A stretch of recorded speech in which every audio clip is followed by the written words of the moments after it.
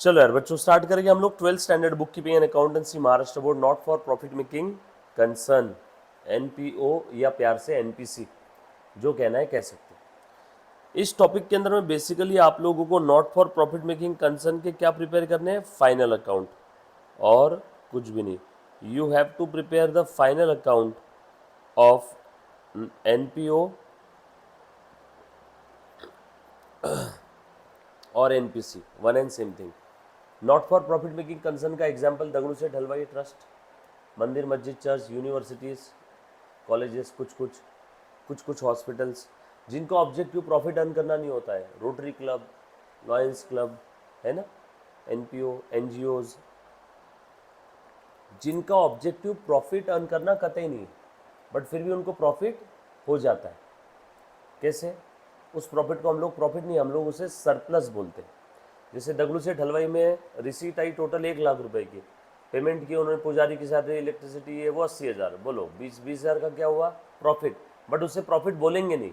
उनका ऑब्जेक्टिव था क्या, मंशा थी क्या उनकी प्रॉफिट अर्न करने की? नो, वो तो बच गए, पैसे बच गए, तो उस बचे हुए पैसे को हम लोग क्या बोलते हैं, सरप्लस। उनको हम लोग क्या बोलेंगे प्यार से, सरप्लस। सो ध्यान से सुनना, एनपीओ टॉपिक के अंदर में हम लोग एनपीओ या एनपीसी, इसमें हम लोगों को फाइनल अकाउंट प्रिपेयर करना है। क्या प्रिपेयर करना है बेटा, फाइनल अकाउंट्स।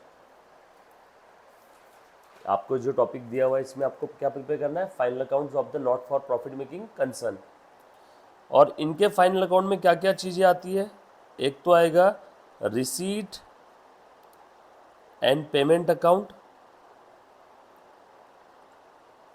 दूसरा आएगा बेटा आप लोगों को यहाँ पे इनकम एंड एक्सपेंडिचर अकाउंट और बैलेंस शीट। बैलेंस शीट तो वैसी है जैसे हम लोग आज तक प्रिपेयर करते आ रहे हैं, चाहे पार्टनरशिप एडमिशन बोलो, पार्टनरशिप का फाइनल अकाउंट बोलो, पार्टनरशिप के रिटायरमेंट में भी बैलेंस शीट बनाई, डेथ में भी बैलेंस शीट बनाई। बैलेंस शीट बनाई ना हमने हर बार, तो बैलेंस शीट नॉर्मल रहेगी वैसे ही, जैसे left side liability side, right side asset, उसमें कोई फर्क नहीं। फर्क कहाँ पे है, रिसीट पेमेंट और इनकम एक्सपेंडिचर। यहाँ पे ये लोग ट्रेडिंग और P&L अकाउंट नहीं बनाते, ये लोग क्या बनाते हैं, रिसीट पेमेंट और income expenditure. Receipt payment account is the copy of your cash account और बैंक अकाउंट, 1000% सेम। पैसा आया तो रिसीट साइड में और गया तो पेमेंट साइड में, सही है क्या, बरोबर है।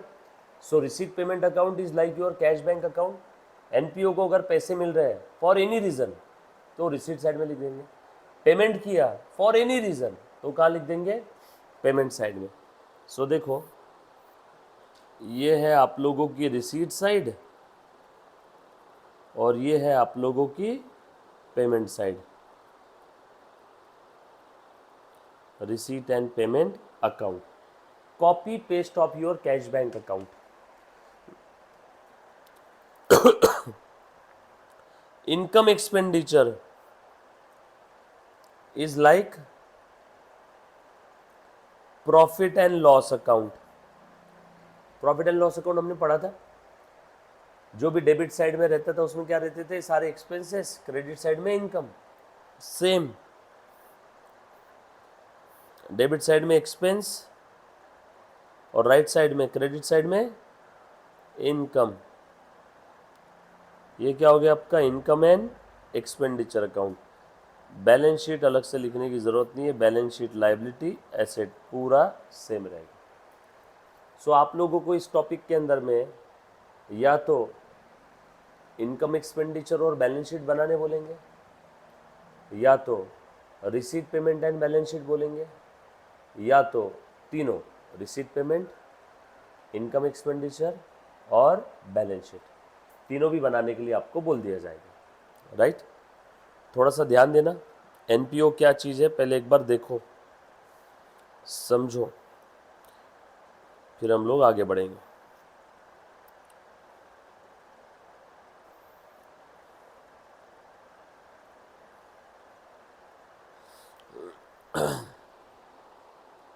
Direct, NPO are the concern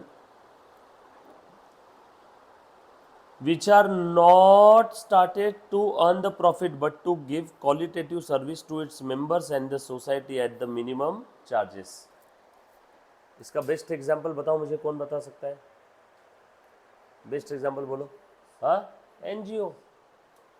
बहुत सारी शॉप देखी होगी ना, ना नफ़ा ना तोटा, बस भैया हम लोग ये चीज़ इतने में बनती है 10 रुपये में, 10 रुपये 20 पैसे में बेच देते हैं, हमारा थोड़ा बहुत खर्चा निकल जाता है, हमारा प्रॉफिट अर्न करने का यहाँ पे ऑब्जेक्टिव नहीं है ना। मंदिर है, मंदिरों का प्रॉफिट अर्न करना ऑब्जेक्टिव होता है क्या? नो, बस वो तो लोगों की सेवा के लिए है, यस और नो। जैसे लोगों को फील गुड लगता है मंदिर में जाने के बाद, है ना, सोसाइटी को और जो भी कोई ऐसी एनपीओ एनजीओ ट्रस्ट है उनके मेंबर्स को हम लोग बेनिफिट्स देते हैं एट फ्री ऑफ कॉस्ट और एट वेरी लेस चार्जेस। तो ये इनका ऑब्जेक्टिव होता है। Their main objective is to provide a social service and to promote art, to promote culture, मंदिर, to promote sports, ICC, to promote education, Pune university, है ना, Savitribai Phule Pune university, NPO है, इनका ऑब्जेक्टिव प्रॉफिट अर्न करना नहीं। आईसीएआई एनपीओ है, institute of chartered accountant of India, institute of company secretaries of India, इनका objective profit earn करना कतई नहीं है, ये तो बस प्रमोट कर रहे हैं एजुकेशन को, कुछ लोग कल्चर को, कुछ लोग आर्ट को, अलग अलग चीज़ें। The nature of this concern are different from profit making organisation. Profit making organisation अपना भी एक प्रकार से वैसे देखा जाए तो एनपीओ ही है, एकदम वेरी लो और मिनिमम चार्जेस में। अपन लोग क्या कर रहे हैं, सेवा ही तो दे रहे हैं ना बच्चों को, यस और नो। अभी ध्यान देना अच्छे से, नॉट फॉर, ये प्रॉफिट मेकिंग ऑर्गेनाइजेशन से थोड़ी अलग होती है। प्रॉफिट मेकिंग ऑर्गेनाइजेशन, कोई भी एग्जांपल ले लो, कोई कंपनी या किराना दुकान ले लो, उसका ऑब्जेक्टिव क्या है? प्रॉफिट अर्न करना। वो कम में खरीदेगा, ज़्यादा में बेचेगा, उसका इंटेंशन ही है, धंधा शुरू करते समय ही उसका इंटेंशन था प्रॉफिट अर्न करना, तो प्रॉफिट मेकिंग ऑर्गेनाइजेशन हो गई। और इन ऑर्गेनाइजेशन का उद्देश्य प्रॉफिट अर्न करना नहीं होता, इसलिए इनको हम लोग क्या बोलते हैं? Not for profit making organisation. NPO collect income through subscription. Subscription जैसे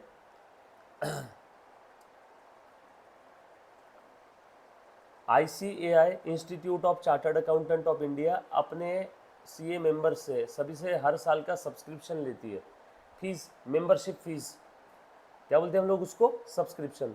तो ये हमारे लिए खर्चा है, लेकिन इंस्टीट्यूट के लिए सब्सक्रिप्शन ये इनकम है। तो क्या करती है एनपीओ का मेन सोर्स ऑफ इनकम क्या है? Subscription, donations. दगड़ू सेठ हलवाई मेन सोर्स ऑफ इनकम क्या है?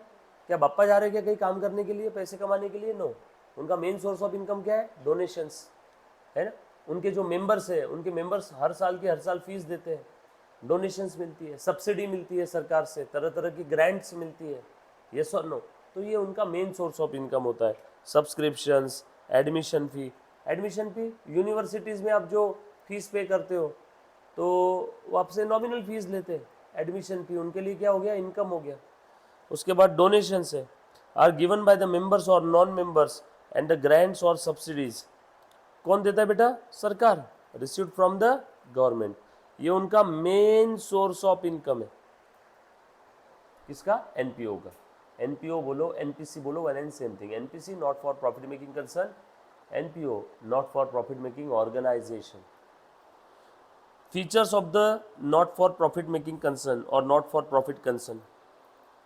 सबसे पहले, अब ऊपर जो मीनिंग लिखा है ना, इसी मीनिंग के भरोसे 4-5 पॉइंट्स हमने नीचे निकाल लिए, तो क्या बन गए? फीचर्स। पहला, primary objective is to provide services. दूसरा, are form for promotion of art culture, बोला ना ऊपर में जो हमने देखा था, ऊपर के ही मीनिंग के पॉइंट्स निकाल के क्या बना दिया? Features. Members of this concern can not got the dividend. Dividend मिलेगा क्या इनको? जिस प्रकार से कंपनी के शेयर होल्डर्स को क्या मिलता है? प्रॉफिट में हिस्सा। आप लोग क्या बोलते हो उसको? डिविडेंड।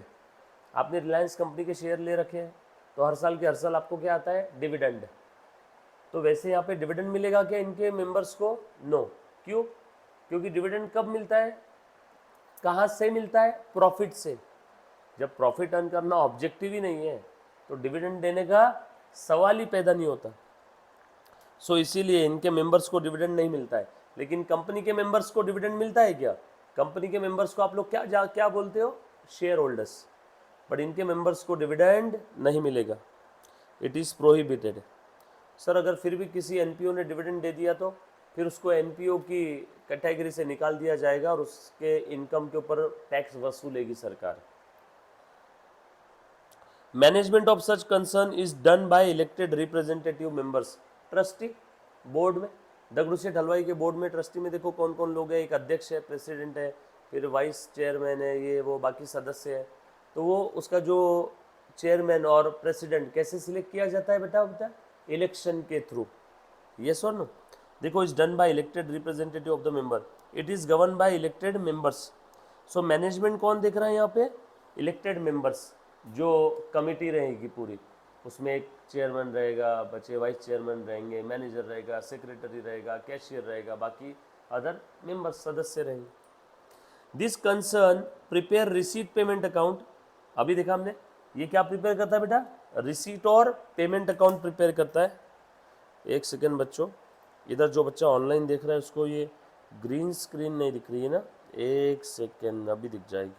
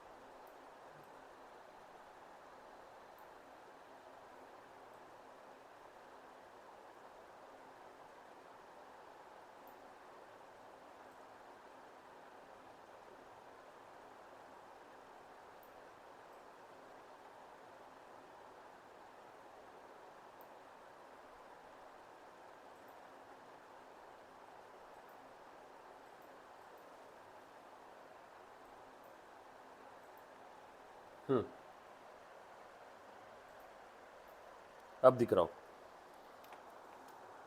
Okay done.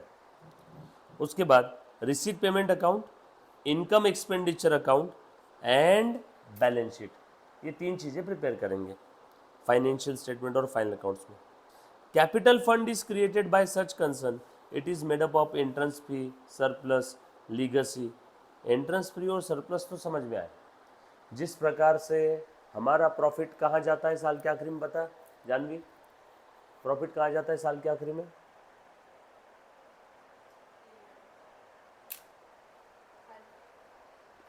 कहाँ जाता है प्रॉफिट?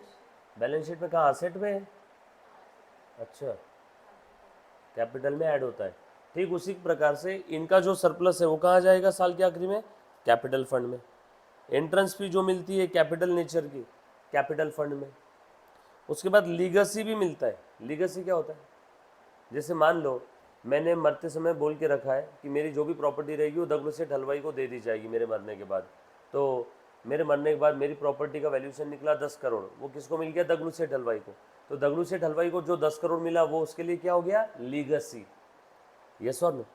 उसके बाद donation specially received for capital fund.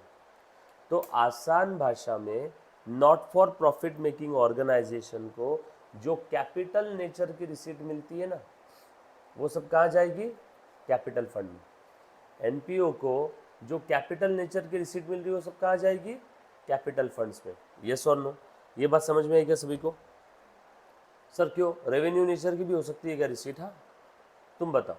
माल बेच के जो पैसा आया वो कौन सा है? रेवेन्यू नेचर का रिसीट, बरोबर ना? एसेट बेच के जो पैसा आया, कैपिटल नेचर का रिसीट। जैसे ध्यान से सुनना, दगड़ू सेठ हलवाई ट्रस्ट में दान पेटी के अंदर में एक एक 2-2 रुपए के सिक्के लोग डालते हैं। उस समय बोलते हैं क्या वो 2 रुपए डालते समय 2 रुपए इस पर्पज़ के लिए डाल रहा हूँ? नो। लेकिन अगर मान लो मैं दगड़ू सेठ हलवाई ट्रस्ट में गया, मैंने बोला मुझे 5,000 रुपये डोनेट करना है। उन्होंने बोला किस पर्पज़ के लिए? मैंने बोला स्पेसिफिक पर्पज़ के लिए, तुम ये तुम्हारे कैपिटल फंड में डालोगे। तो वो 5,000 रुपये उन्हें कैपिटल फंड में डालना होगा। वो दगड़ू सेठ हलवाई ट्रस्ट के लिए, एनपीओ के लिए कैपिटल रिसीट हो जाएगी। मैं फिर से गया, मैंने बोला मुझे 10,000 रुपये डोनेट करना है, और मैंने बोला कि ये 10,000 रुपये बिल्डिंग फंड के लिए ही यूज़ किए जाएंगे, मैं डोनेशन देने के लिए तैयार हूँ, बट डब्ल्यू सेठ हलवाई ट्रस्ट क्या करेगा, इससे बिल्डिंग बनाएगा, मंदिर की बिल्डिंग बनाएगा, इमारत बांध काम निधि जगह जगह लिखा रहता है ना, तो 10,000 भी उसके लिए कैपिटल रिसीट हो गई। मैं फिर से क्या, मैंने बोला मैं 10,000 रुपये देना चाहता हूँ। उन्होंने पूछा किस पर्पज़ के लिए, मतलब कोई पर्पज़ नहीं, जिसके लिए यूज़ करना है कर लेना। वो हो गया रेवेन्यू नेचर का रिसीट। जब कभी भी कोई स्पेसिफिक पर्पज़ के लिए एनपीओ को डोनेशन मिलता है तो वो कैपिटल नेचर का रिसीट हो गया, और जनरल पर्पज़ के लिए मिला तो revenue nature. Capital nature receipt ये उस एनपीओ के लिए लाइबिलिटी है, बैलेंस शीट के लाइबिलिटी में जाएगा। रेवेन्यू नेचर का रिसीट उसके लिए इनकम है तो इनकम में जाएगा।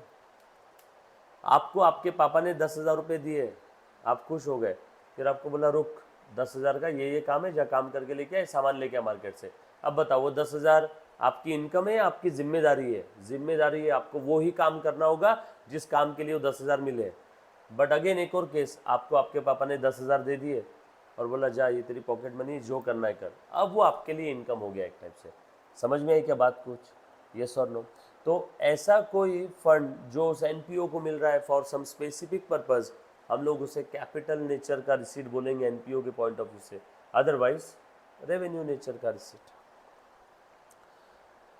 प्रॉफिट और not for profit making organisation में अंतर क्या है, ये आप घर पे आज रीड करोगे, कॉमन सेंस है। Primary objective profit making organisation का क्या है?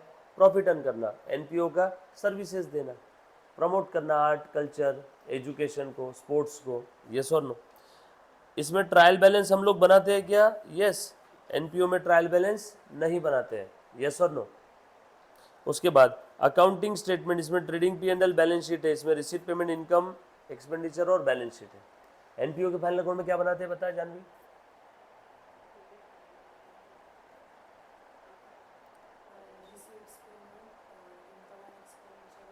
Balance sheet, simple. और अपने केस में फाइनल अकाउंट में क्या बनता है? ट्रेडिंग पीएल और बैलेंस शीट। जानवी कहाँ ध्यान है रे मुन्ना?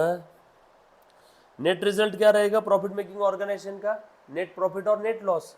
एनपीओ का नेट रिजल्ट क्या रहेगा? प्रॉफिट लॉस नहीं, क्या बोलते हैं उसको? सरप्लस, या नुकसान हो गया तो डेफिसिट। प्रॉफिट वर्ड बोलना गलत है, पाप है उनके लिए, प्रॉफिट वर्ड यूज ही नहीं करते वो। क्यों? क्योंकि उनका प्रॉफिट अर्न करना ऑब्जेक्टिव है ही नहीं।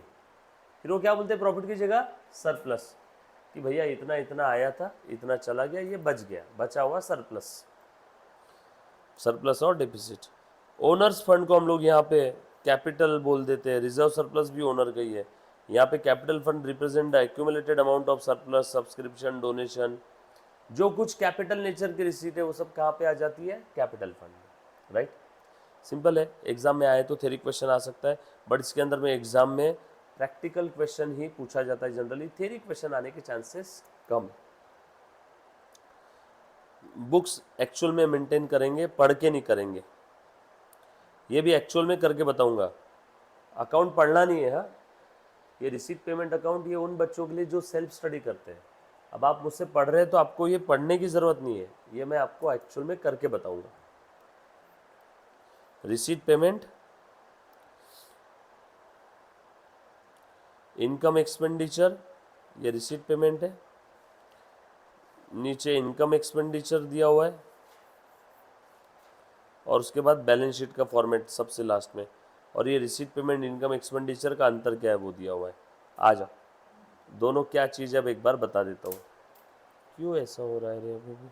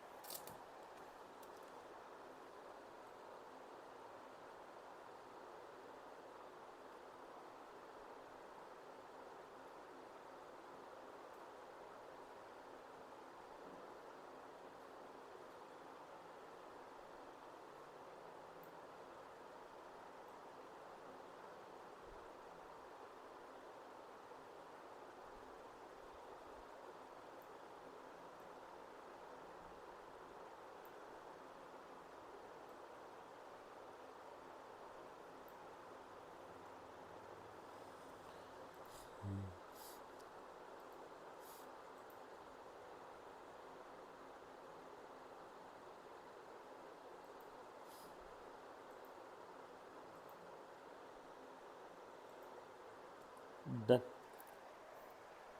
एक बार चेक करना प्रीतिका, क्लियर दिख रहा है क्या? अभी जो मैंने ग्रीन हाईलाइट किया वो भी दिख रहा है ना? आ जाओ। सो हम लोग देख रहे हैं एनपीओ। इस टॉपिक में हम लोगों को एनपीओ का फाइनल अकाउंट प्रिपेयर करना है। क्या प्रिपेयर करना है? जैसे सबसे पहले टॉपिक में क्या था, पार्टनरशिप का इंट्रोडक्शन और फाइनल अकाउंट। यहाँ पे क्या है, एनपीओ का इंट्रोडक्शन और एनपीओ का फाइनल अकाउंट। एनपीओ के फाइनल अकाउंट में कौन से 3 चीजें बनाएंगे बेटा, बताओ। हाँ, किसके जैसा है रिसीट पेमेंट?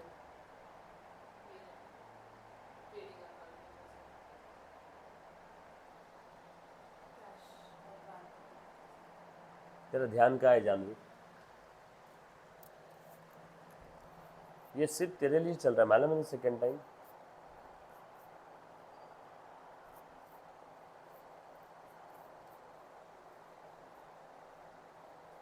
ध्यान देगी अब पक्का। बोल, किसके ऐसा है रिसीट पेमेंट? अभी बताया था सानिका ने, कैश बुक है ना, कैश बैंक की तरह है। हाँ, कैश बुक वही कैश बुक है ना, कैश बैंक ना, ये कैश बैंक की तरह है। पैसा आया तो कहाँ लिखेंगे? रिसीट साइड में। पैसा गया तो पेमेंट साइड में। थोड़ी देर पहले जो बताया था अभी, इनकम एक्सपेंडिचर इज लाइक,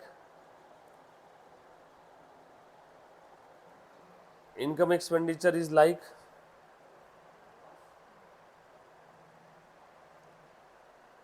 ये किसकी तरह है बता? ये अभी लिखा थोड़ी देर पहले, income expenditure is like balance sheet regular, अपनी बैलेंस शीट के अंदर। एनपीओ के फाइनल अकाउंट में ये 3 चीजें बनाते हैं, राइट? अभी ध्यान देना, अब मैं तीनों का मतलब आपको समझाता हूँ, ध्यान से सुनो। रिसीट पेमेंट में all receipt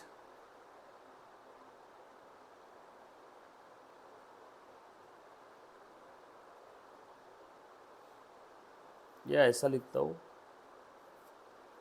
any amount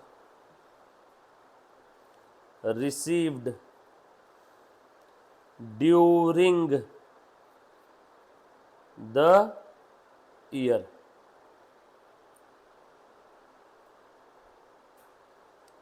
which may be related to any trade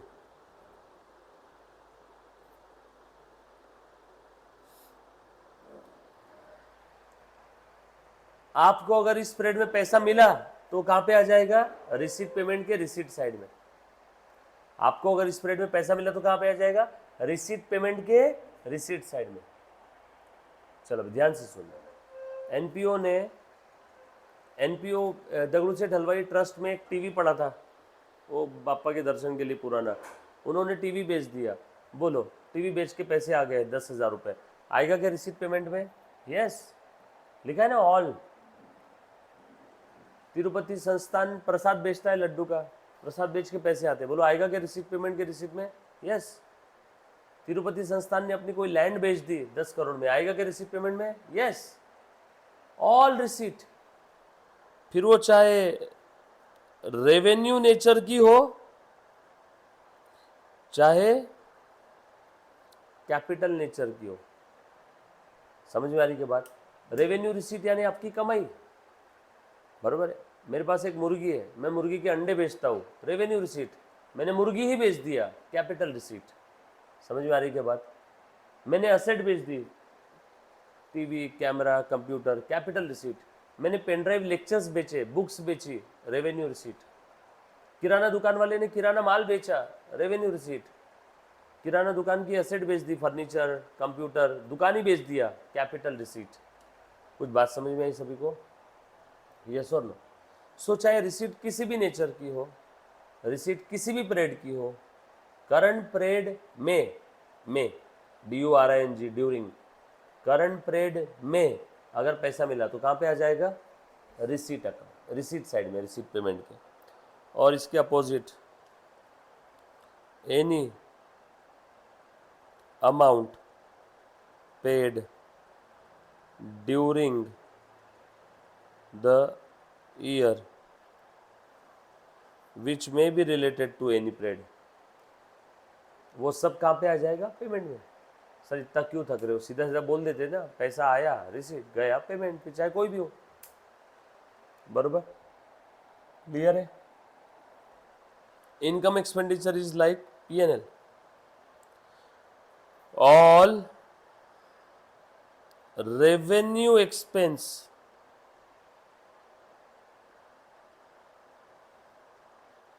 related to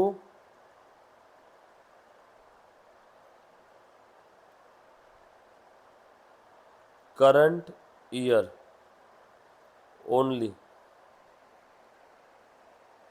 current year से रिलेटेड, जैसे P&L में करंट ईयर से रिलेटेड खर्चे आते हैं ना, वैसे यहाँ पे करंट ईयर से रिलेटेड सारे खर्चे इनकम एक्सपेंडिचर के एक्सपेंस साइड में। And all revenue income related to current year only, ये सब कहाँ पे आ जाएगी? सिर्फ रेवेन्यू नेचर के आइटम। मुझे एक बात बताओ, आपने फर्नीचर बेचा तो वो ट्रेडिंग अकाउंट के क्रेडिट में आएगा क्या? नो। बट आपने गुड्स बेचा, वो ट्रेडिंग के क्रेडिट में आएगा क्या? यस। आप लोग क्या बोलते हो उसको? सेल। आप लोग उसको क्या बोलते हो? सेल। ये बात समझ में आ रही क्या? सेल ऑफ गुड्स ये रेवेन्यू नेचर की रिसीट है। सो रेवेन्यू नेचर के सारे आइटम एनपीओ के इनकम एक्सपेंडिचर में आएंगे। ये बात समझ में आ रही सभी को? Balance sheet is like our regular balance sheet. Liability side में ऑल लाइबिलिटी, एसेट साइड में ऑल एसेट्स। ये बहुत ही काम की चीज़ थी। ये बस ये दोनों अकाउंट का अगर आपको फ़र्क समझ में आ गया तो बहुत बड़ा काम अपना हो जाएगा इस टॉपिक का। बैलेंस शीट तो जैसे आज तक बचपन से प्रिपेयर करते आ रहे सेम वैसी रहेगी, उसमें कोई फ़र्क नहीं। एक बार फिर से ध्यान से सुनना, इनकम एक्सपेंडिचर में इनकम साइड में ऑल इनकम और revenue receipt related to current period only, और एक्सपेंस साइड में ऑल एक्सपेंसेस और revenue expense related to current period only. पिछले साल की सैलरी इस साल के इनकम एक्सपेंडिचर में आएगी क्या? No. Related to current period only बोला है। लेकिन पिछले साल की जो सैलरी देना बाकी था वो मैंने करंट पीरियड में पे कर दिया, वो करंट पीरियड के इनकम एक्सपेंडिचर में तो नहीं आएगी, लेकिन करंट पीरियड के रिसीट पेमेंट में आ जाएगी क्या? क्योंकि रिसीट पेमेंट क्या बोलता है? एनी अमाउंट पेड, सैलरी का हो किसी का भी हो, किसी भी पीरियड से रिलेटेड हो। रिसीट पेमेंट बहुत सिंपल है। ये बोलता है 25 साल पहले की भी सैलरी अगर कोई इंसान को देनी बाकी रह गई होगी, वो एम्प्लॉय आज आया बोला साहब मेरी 25 साल पहले की सैलरी बाकी है, आज उसको अगर सैलरी दे दिया, आज पेमेंट कर दिया, तो आज के रिसीट पेमेंट में आ जाएगी। लेकिन वो आज के इनकम एक्सपेंडिचर में नहीं आएगी, क्योंकि इनकम एक्सपेंडिचर बहुत स्ट्रिक्ट है। ये बोलता है रिलेटेड टू करंट पीरियड के ही expense and related to current period की ही इनकम यहाँ पे आएगी। फिर भले ही वो इनकम मिलो चाहे ना मिलो, फिर भले ही उस एक्सपेंसेस का पेमेंट किया हो ना किया हो। ये बहुत बहुत बहुत ज़रूरी चीज़ है। ये ऐसे नहीं समझ में आएगा। एक क्वेश्चन आपको सॉल्व करके बताता हूँ तो उसके बाद समझ में आएगी कुछ चीज़ें। जो बच्चे फर्स्ट टाइम देख रहे हैं मुन्ना, प्लीज़ एक बार ध्यान देना। एक सिंपल सा क्वेश्चन सॉल्व करके बता रहा हूँ, आप मुझे जवाब देना। बहुत इजी चीज़ है, सिर्फ थोड़ा सा कॉन्सेंट्रेट करने की ज़रूरत है।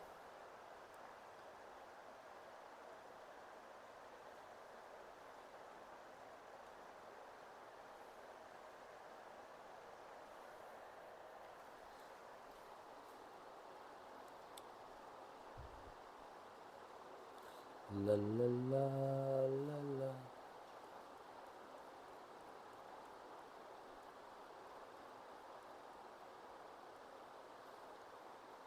देखो प्लीज़ ध्यान देना बेटा,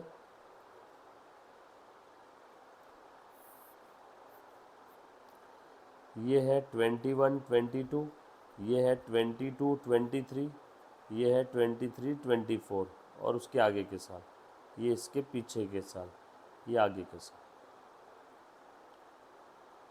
ये फ्यूचर, ये पास्ट, और ये है करंट ईयर, राइट। अभी ध्यान से सुनना बेटा। अब मान लो आपको क्वेश्चन में ऐसा दिया है,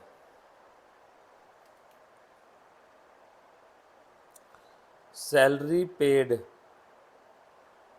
इन current year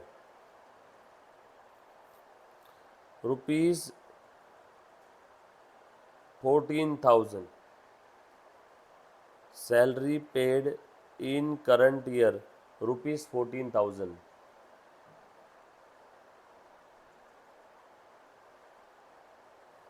This payment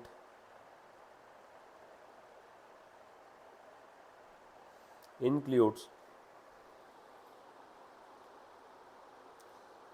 4,000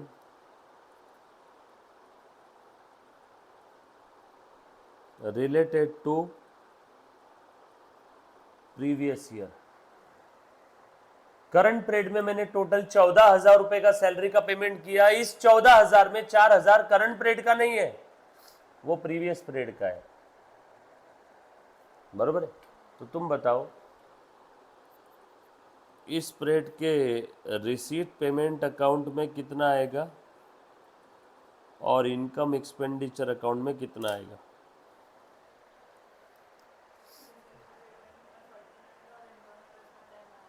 very good, अति उत्तम। ये पेमेंट साइड में कितना आ जाएगा,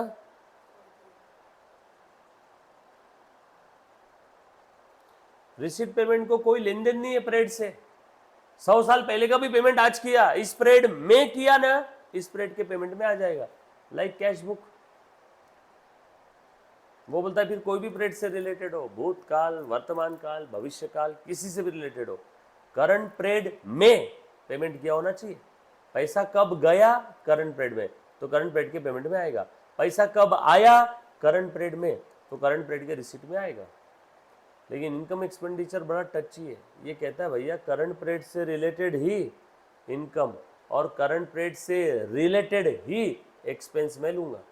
फिर वो इनकम चाहे मिलो चाहे ना मिलो, फिर वो इनकम ड्यू है तो भी चलेगा, पैसा नहीं आए तो भी चलेगा, बट करंट पीरियड की ही इनकम लेंगे।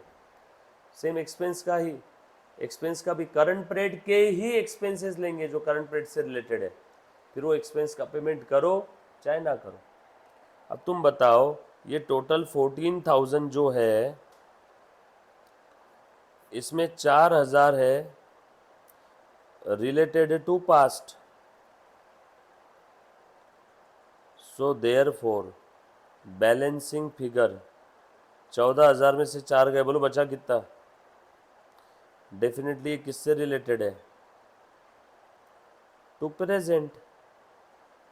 कोई बच्चा बोलेगा नहीं सर फ्यूचर से रिलेटेड है, हम पागल है क्या, फ्यूचर की सैलरी अभी से दे देंगे। जब तक स्पेसिफिकली बोला ना हो कि एडवांस सैलरी दिया, तब तक अजम्पशन नहीं लेना।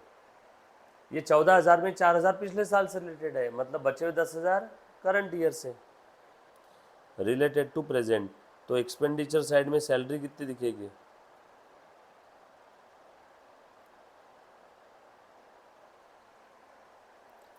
अरे कुछ बात समझ में आ रही क्या सर, इसकी एंट्री बताओ। अभी बता देते। ये 14,000 का पेमेंट किया, एंट्री सुनो, वैसे एंट्री आती नहीं है इस टॉपिक में। पेमेंट किया तो टू बैंक ना, या टू रिसीट एंड पेमेंट लिख देता हूँ, क्योंकि हमारे लिए बैंक यानी क्या, रिसीट पेमेंट अकाउंट, बराबर है। To receipt payment 14,000। बोलो करंट पीरियड से रिलेटेड सैलरी कितनी है इसमें, 10,000। और पिछले पीरियड की सैलरी मैंने इस पीरियड में कितनी दिया बता जानवी, 4,000। वो कब दिया, किससे रिलेटेड है, लास्ट ईयर में पे किया था कि नहीं पे किया था, नहीं पे किया था।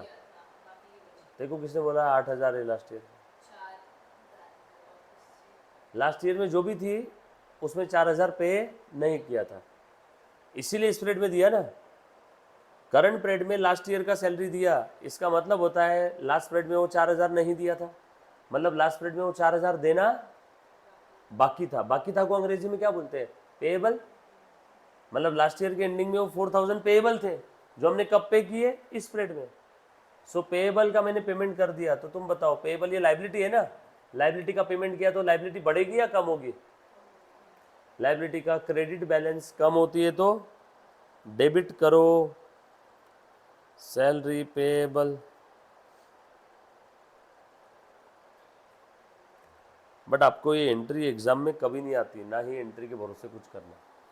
आपने बस क्या ध्यान रखना, रिसीट पेमेंट में क्या आएगा? जो भी इस पीरियड में पेमेंट किया वो सब, जो भी इस पीरियड में पेमेंट किया वो सब। हाँ, कभी भी नहीं आएंगे, जो भी इस पीरियड में पे किए। और इनकम एक्सपेंडिचर बोलता है जो करंट पीरियड से रिलेटेड है, बस वही आएगा, जो करंट पीरियड से रिलेटेड है वो। इनकम एक्सपेंडिचर बहुत सिंपल है, ये बोलता है करंट पीरियड में जो भी एक्सपेंसेस है, करंट पीरियड की जो भी इनकम है, फिर इनकम मिलो चाहे ना मिलो, फिर एक्सपेंस का पेमेंट किया हो चाहे ना किया हो, करंट पीरियड से रिलेटेड है ना, आ जाएगा। मुझे एक बात बताओ, नॉर्मली आप लोग 11वीं कक्षा से अकाउंट पढ़ रहे हो, salary to salary payable 10,000, basics की एंट्री, सैलरी देना बाकी, एंट्री क्या रहेगा बताओ? 10,000 की सैलरी देना बाकी है, salary account debit to salary payable. Payment कर दिया रहता तो सैलरी टू कैश, पेमेंट करना बाकी है तो सैलरी पेएबल। पूरी की पूरी सैलरी देना बाकी है, तो बताओ पीएनएल में सैलरी कितनी आएगी? 10,000। पेमेंट किया हो चाहे ना किया हो, पीएनएल में तो सैलरी आकर ही रहेगी। यस और नो? जैसे आपने बचपन में ऐसी एंट्री पास की, salary account debit to salary payable 10,000 10,000। अब तुम बताओ पीएनएल में ये सैलरी कहाँ जाएगा? पीएनएल के डेबिट में। ये सैलरी पेएबल कहाँ जाएगा? बैलेंस शीट के लायबिलिटी साइड में। अब तुम बताओ यहाँ पे तुमने सैलरी का पेमेंट किया था क्या? नो, बट फिर भी पीएनएल में सैलरी आई कि नहीं? करंट पीरियड में सैलरी थी 10,000, उसमें से पे कर दिया 3,000, 7,000 अभी भी देना बाकी है। अब बताओ पीएनएल में कितनी सैलरी आएगी? अगेन पीएनएल में तो आएगी 10,000 ही, चाहे पे किया हो चाहे ना पे किया हो। बैलेंस शीट की असेट में कैश कम हो जाएगी 3,000 से, और सैलरी पेएबल कितना है? 7,000। बरोबर ना? ऐसे ही कुछ करते थे आप लोग फाइनल अकाउंट में। यहाँ पे भी लॉजिक सेम ही है इनकम एक्सपेंडिचर का। इनकम एक्सपेंडिचर बोलता है कि इनकम मिलो चाहे ना मिलो, एक्सपेंस का पेमेंट किया हो चाहे ना किया हो, अगर वो इनकम करंट पीरियड से रिलेटेड है, अगर वो एक्सपेंस करंट पीरियड से रिलेटेड है, फिर इनकम मिलो चाहे ना मिलो, एक्सपेंस का पेमेंट किया हो चाहे ना किया हो, वो इनकम एक्सपेंडिचर में आएगा। एक और एग्जांपल लिखता हूँ, ये एग्जांपल लिखा मैंने सैलरी का।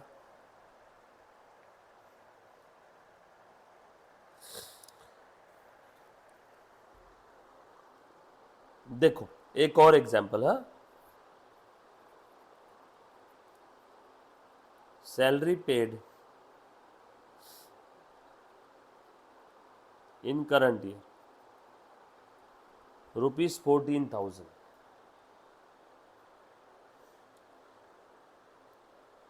13,000।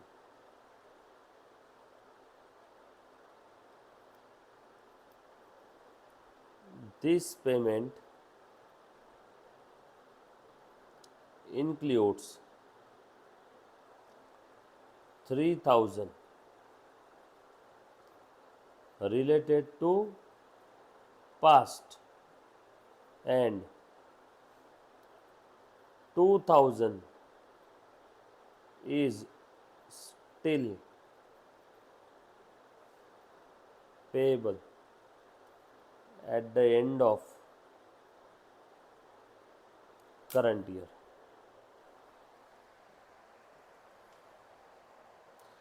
अब बताओ रिसीट पेमेंट में कितना आएगा और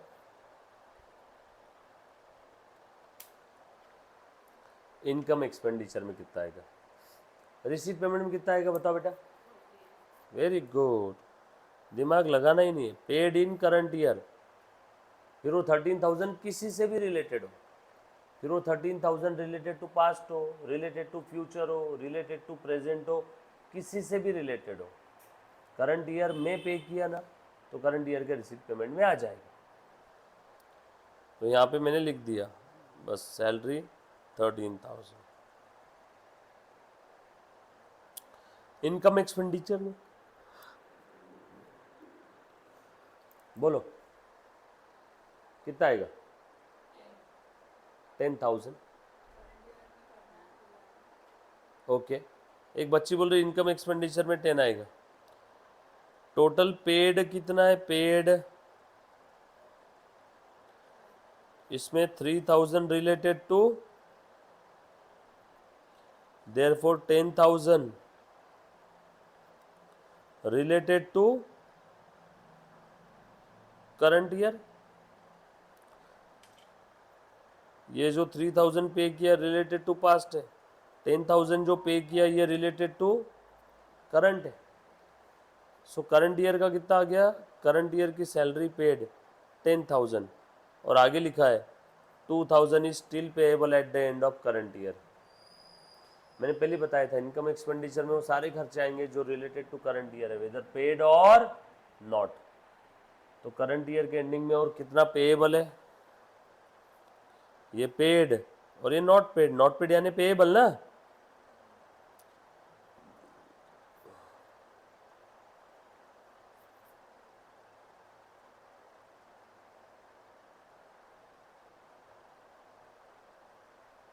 बचपन में आउटस्टैंडिंग ऐड करते थे ना,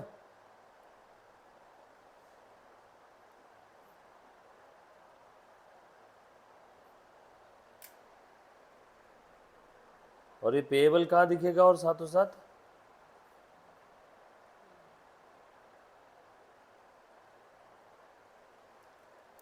बराबर है। इनकम एक्सपेंडिचर में करंट ईयर से रिलेटेड सारे इनकम एक्सपेंस आएंगे, फिर वो इनकम मिलो चाहे ना मिलो, फिर वो चाहे एक्सपेंस का पेमेंट किया हो चाहे ना किया हो, चाहे किया हो चाहे ना किया हो, करंट ईयर से रिलेटेड सब कुछ आ जाएगा। कुछ बात समझ में आ रही है थोड़ी बहुत? यस और नो?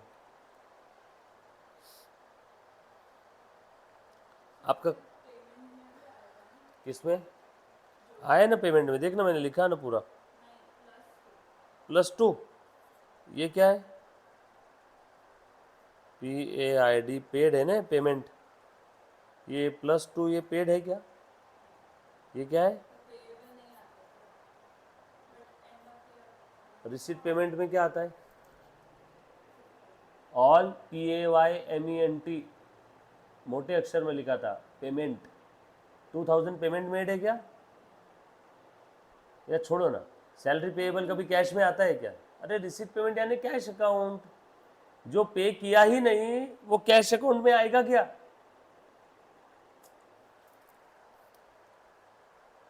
लो बोलो। सैलरी पेएबल 2,000 इसकी जर्नल एंट्री बता सानी का। सैलरी ड्यू 2,000, सैलरी क्यों कैश लिखना?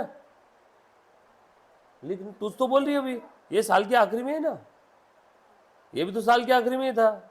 यहाँ पे तुम बोल रहे हो कैश में आएगा और यहाँ पे तुम कैश नहीं बोल रहे हो।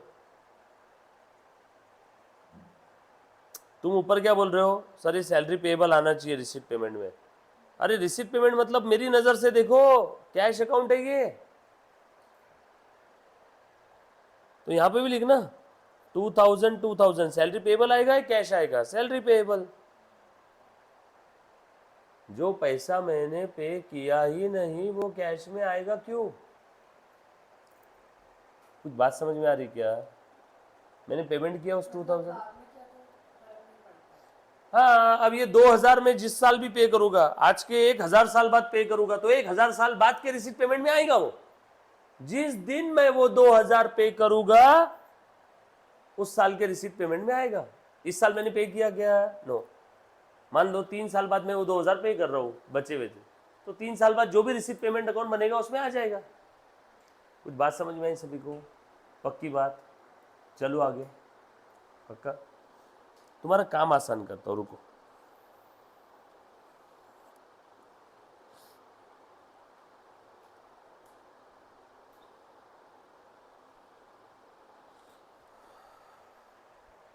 ये इतना सब करने से अच्छा काम आसान कर रहा हूँ, देखो।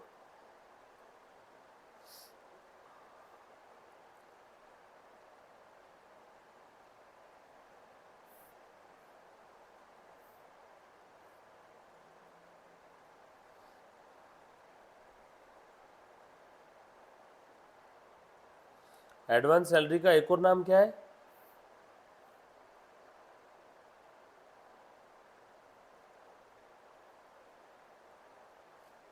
अरे प्रीपेड सैलरी, बराबर है ना? एडवांस सैलरी यानी प्रीपेड सैलरी। एडवांस सैलरी कौन सा अकाउंट है बताओ? Asset. Any prepaid expense is your asset ना।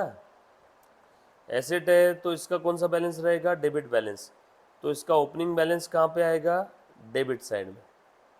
ओपनिंग डेबिट में है तो क्लोजिंग बैलेंस का आएगा? क्रेडिट में। बेसिक्स ऑफ अकाउंट्स बता रहा हूँ एकदम। ये सैलरी, ये कौन सा अकाउंट है? एसेट। ये सैलरी यानी कौन सा अकाउंट है? एक्सपेंस। सैलरी पेएबल यानी लाइबिलिटी। लाइबिलिटी का ओपनिंग बैलेंस कहाँ पे आएगा? क्रेडिट साइड में, क्योंकि लाइबिलिटी का क्रेडिट बैलेंस होता है, राइट। ओपनिंग क्रेडिट में तो क्लोजिंग किधर? डेबिट में। और ये सैलरी अकाउंट है। Salary account debit to cash और बैंक समझ लो, पे कर दिया तो। और सैलरी का बैलेंस साल के आखिरी में कहाँ जाता है? Bye P&L, balancing figure. P&L के डेबिट में लिखते हैं ना टू सैलरी, बराबर है कि नहीं? जानवी सही बोल रहा हूँ? P&L के डेबिट में लिखती है ना तो to salary, to printing stationery. तो देखो P&L के डेबिट में टू सैलरी, टू यानी क्रेडिट ना। ये जो 3 मैंने अकाउंट बनाए सिंपल है एकदम। ये हर कोई डाइजेस्ट कर रहा है इसको, सिंपल। अभी ध्यान से सुनना, ये तीनों अकाउंट को मैं अब जोड़ रहा हूँ बस।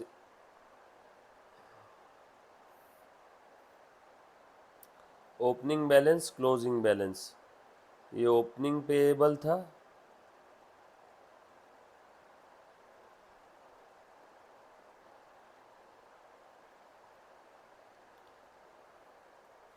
ओपनिंग बैलेंस, क्लोजिंग बैलेंस, यानी ओपनिंग एडवांस, क्लोजिंग एडवांस।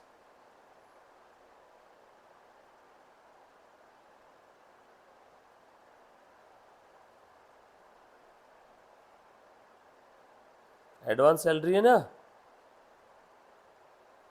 और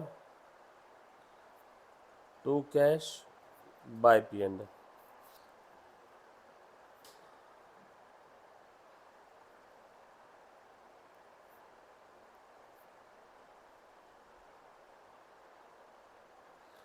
कैश यानी रिसीट एंड पेमेंट। P&L यानी इनकम एंड एक्सपेंडिचर ना। मैंने जोड़ दिया एज इट इज तीनों अकाउंट, सैंडविच बनाया तीनों अकाउंट का, एक साथ लिखा है, कुछ भी चेंज नहीं किया, देख लो।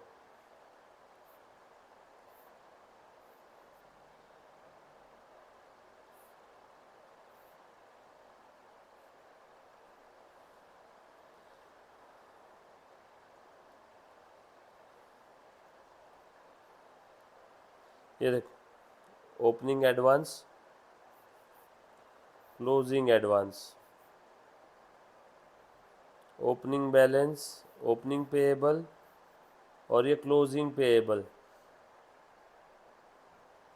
और ये to cash by income expenditure to cash same side में लिख दिया। ये तीनों अकाउंट का सैंडविच है।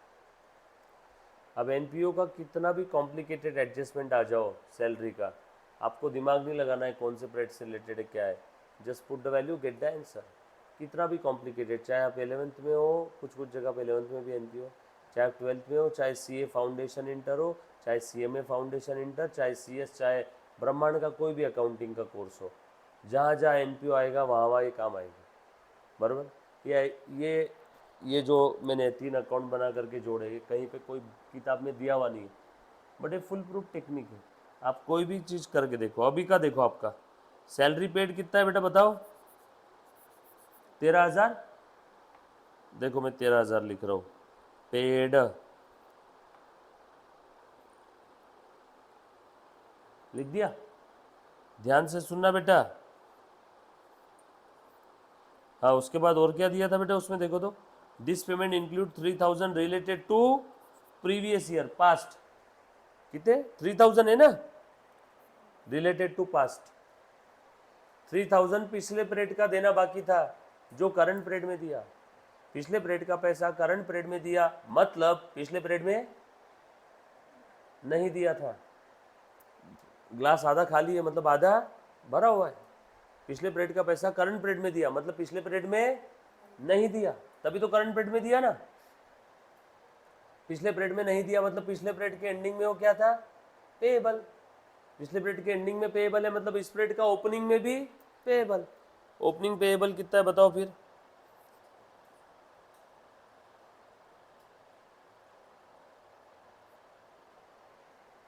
बरोबर। और आगे क्या बोला है बताओ? ये हो गया, ये हो गया।